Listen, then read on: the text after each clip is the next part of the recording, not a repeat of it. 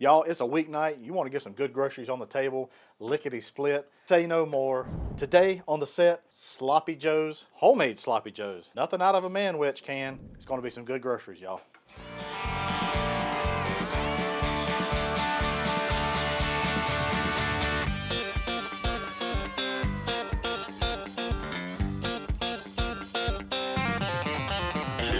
That's some good groceries.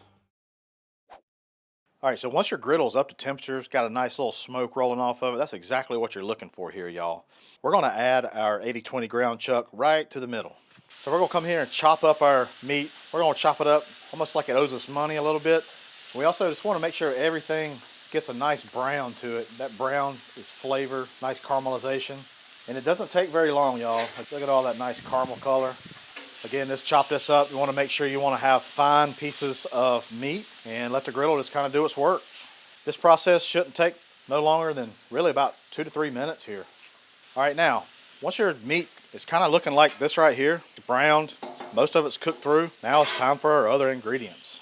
I'm gonna come in here with a half a cup of ketchup. I'm gonna come in here with some Worcestershire sauce, about 2 to 3 tablespoons. Good tablespoon of mustard. Onion powder, gotta get some onion powder. Garlic powder. 2 teaspoons.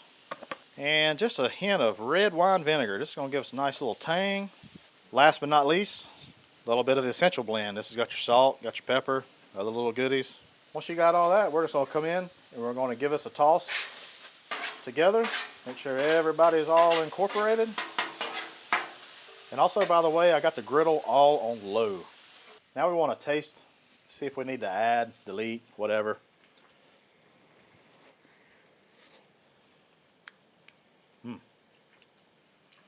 That's darn near perfect. I feel like it's a little ketchup-y, so we're going to come in here with a little bit more of this essential. I feel like it needs a little bit more salt, a little bit more pepper. I think it needs just a little bit more tang. Add red wine vinegar. That, my friends, might be good to go. Now, let's talk about buns, hun. I like to use the Martin potato rolls. They're nice, they are soft, they're pillowy. Reminds me of myself a little bit. I like to come in. Feel free to lay some butter down if you want, but I kind of like it dry. And we're going to kind of toast those up a little bit on the top, and we're going to build some Sloppy Joes. All right, our Sloppy Joe mix, it's done. We're going to put them in a bowl, and we're going to bring them over here to the cutting board. Our rolls, they're nice and toasty on this other side as well. We're going to take those off, put them over on the cutting board. Y'all, it's about time to grub. Hey, I appreciate you watching thus far. If you don't mind, hit that like button, hit that subscribe button. And if you really enjoy it, leave me a comment. I'd love to interact with you. Sloppy Joes don't take long on the griddle. That was literally 10 minutes or less to make some really good groceries. Now, it's time to make up some Sloppy Joes and give us a try. All right, I know this is going to be a controversial subject here, but I put mayonnaise on my Sloppy Joes. I said it, I meant it. It's a state law in North Carolina. If it's a sandwich, gotta have Duke's mayonnaise. State law. We're going to take a couple of our buns. I'll take a little bit of this mayonnaise. Another state law, both sides, all right? Better not let me catch you doing just one. Better not. Better not. This right here is optional. A lot of people will do American cheese, like a sliced cheese. I don't. It's good, but I just like just a regular old Sloppy Joe without it. Now we're going to come in here with some of this Sloppy Joe goodness. Look how thick.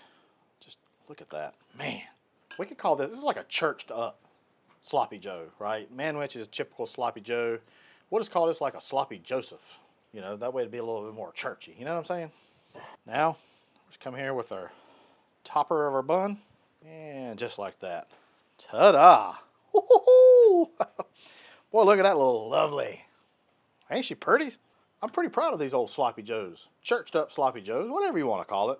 Now comes the fun part, giving these suckers a try. I got to get the one with mayonnaise, obviously. One thing that's cool is, you know, it's loose meat. That's what kind of tells you you got it right, is not a lot of meat falls out. Everything kind of holds together. It's nice and thick. Cheers.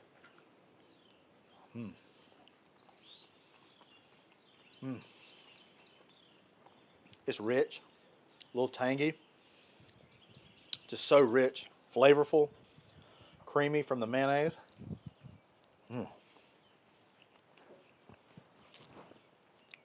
Fantastic. Y'all, I promise you, weeknight, in a pinch, you need something, this right here is your go-to. Hey, I appreciate you stopping by and watching. Hey, head on over to the Blackstone Network where you'll see other really awesome videos and recipes just like this. Hey, I'm Matt Hussey, and that's some good groceries.